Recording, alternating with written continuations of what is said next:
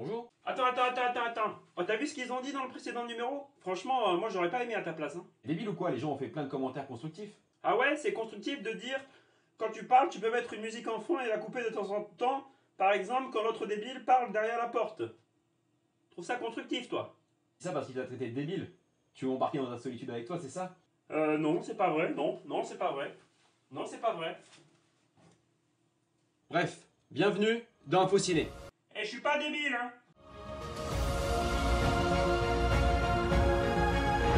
Run, Forrest, run! I'll be back. Talking to me? I love you. I know. Bonjour et bienvenue dans InfoCiné numéro 2. J'aimerais commencer cette vidéo en vous remerciant pour tous vos commentaires constructifs et positifs qui m'ont apporté franchement pas mal d'idées pour ce numéro et pour les prochains qui suivront. Donc on se retrouve bien tout de suite pour la première rubrique. C'est parti!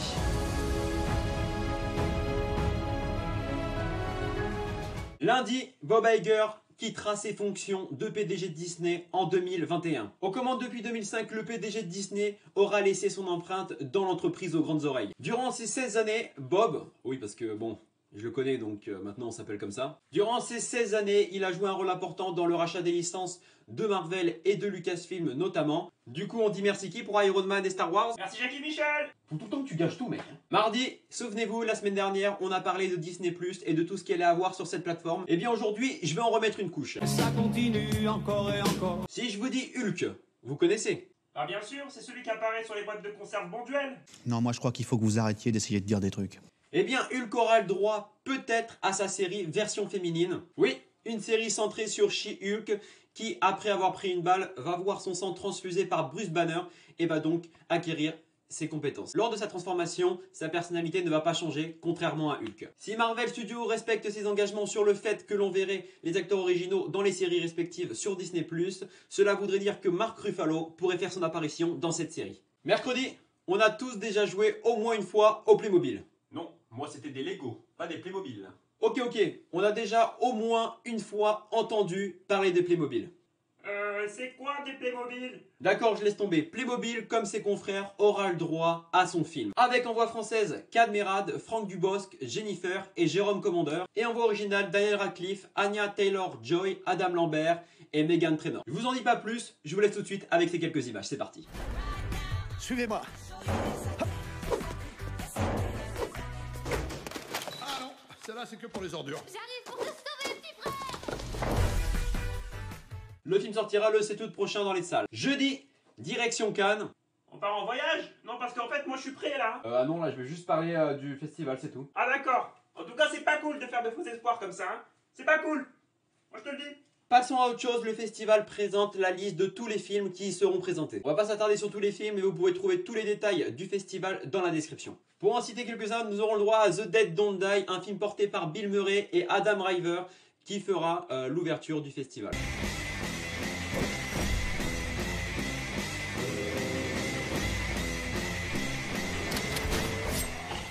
Nous aurons le droit à Douleur et gloire, réalisé par Pedro Almodovar et porté par Antonio Banderas, ainsi que Penélope Cruz. Et oui, grosse surprise, hein. Surprise, motherfucker. Également Mathias et Maxime de Xavier Dolan, Rocketman, le biopic porté sur Elton John.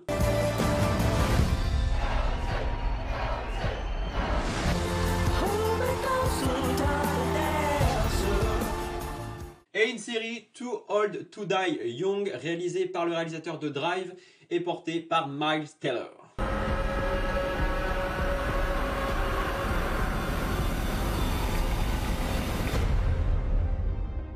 Malheureusement, pas de nouvelles de Quentin Tarantino et son Once Upon a Time in Hollywood, car il est encore en phase de montage, donc pas de Tarantino pour l'instant au Festival de Cannes. En tout cas, on en saura plus dans les prochaines semaines. Sur ce, si vous voulez une vidéo plus explicative et plus précise sur le Festival de Cannes qui va arriver, dites-moi dans les commentaires. The Witcher, la série adaptée du jeu vidéo annoncée par Netflix, sortira en fin d'année. Youhou! C'est quoi ce jeu?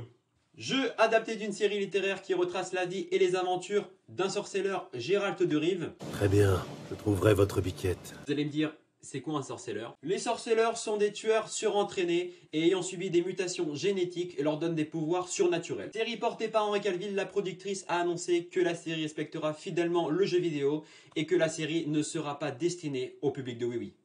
Moi j'adore Oui Oui, hein. Voilà, on passe tout de suite à la rubrique suivante, c'est parti.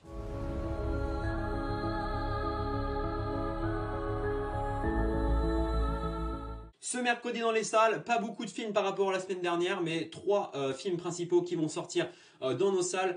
On va commencer tout de suite par...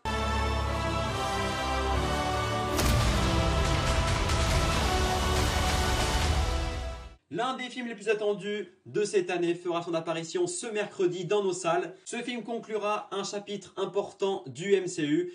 Et pour cette conclusion, il faudra compter 3 heures de film. Et ça c'est cool. Ça c'est cool. Ça c'est cool. Adieu à la nuit, un film porté par Catherine Deneuve, raconte l'histoire de Muriel, ravie de revoir son petit-fils qui va passer quelques jours chez elle. Alex ayant un comportement bizarre, elle découvrira qu'il lui a menti et qu'il se prépare à une autre vie.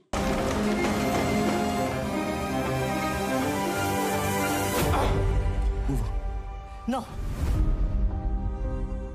Victor et Célia, deux potes à moi, un coiffeur et son ex vont s'embarquer dans l'ouverture d'un salon de coiffure. Lors de cette aventure composée de nombreux obstacles, ils vont se faire entraîner dans une spirale sentimentale infernale. Putain, c'est beau.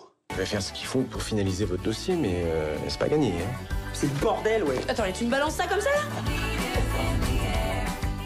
Voilà pour les films qui sortiront ce mercredi dans les salles. On passe tout de suite à une nouvelle rubrique. C'est parti!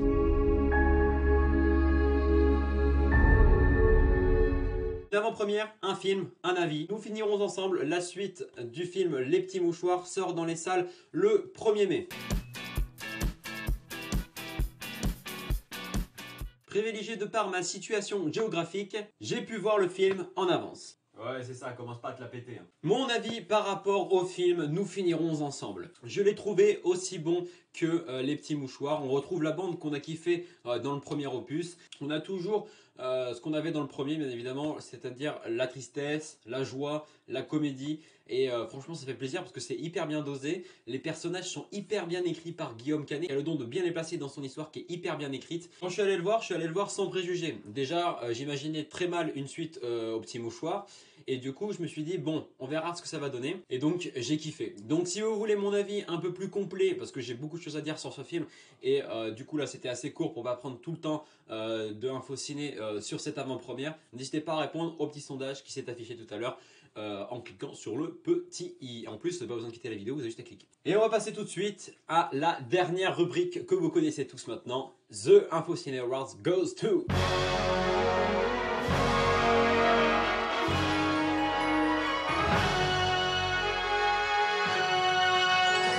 Ok, dans cette lettre, j'ai le nom du vainqueur du sondage numéro 1 qui était parmi tous ces films.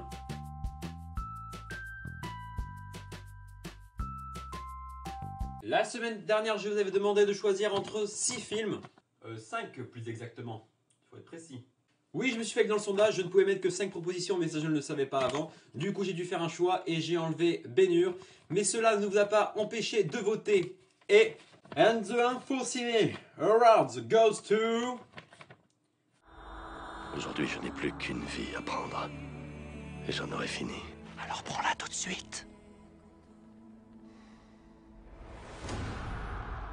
Le film a fait l'unanimité dans le sondage, ça tombe bien parce que c'est l'un de mes films préférés. Donc Gladiator remporte cette InfoCiné Awards de la semaine. Du coup, nouvelle semaine, nouvelle sélection. Je vous invite à choisir parmi ces 5 films.